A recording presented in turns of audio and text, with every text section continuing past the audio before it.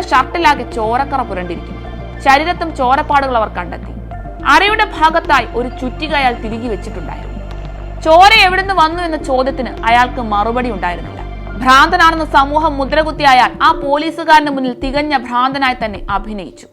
പോലീസുകാർ അയാളെ സ്റ്റേഷനിലേക്ക് കൂട്ടിക്കൊണ്ടുപോയി. സ്റ്റേഷനിലെത്തിച്ച അയാളോട് സൗമ്യമായി കാര്യം തിരക്കി.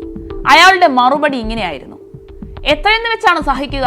അവളോട് ഞാൻ ഒരു കാര്യം തിരക്കാൻ പോയതാണ്. പക്ഷെ അവൾ എന്നെ ആട്ടി ഓടിക്കുകയാണ്. ദിവസങ്ങളോളം ഞാൻ അവൾക്ക് പിറകെ നടന്നു. അവളുടെ ഭർത്താവെന്ന് പറയുന്ന ഒരുത്തൻ എന്നെ ഉപദ്രവിക്കുകയും ചെയ്തു.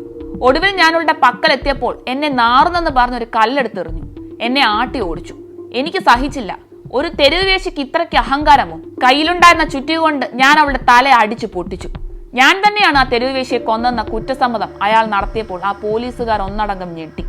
തലയോട്ടി പൊട്ടിയ നില റെയിൽവേ ട്രാക്കിൽ മരണപ്പെട്ട് തെരുവ് വേശിയുടെ കൊലപാതകയെ ഒടുവിൽ കണ്ടെത്തിയിരിക്കുന്നു. പക്ഷേ ആ ഭ്രാന്തൻ ആരെ അന്വേഷിച്ചാണ് ആ വേശിയുടെ പക്കൽ പോയതെന്ന സംശയം ആ പോലീസ് ഉദ്യോഗസ്ഥനുണ്ടായിരുന്നു.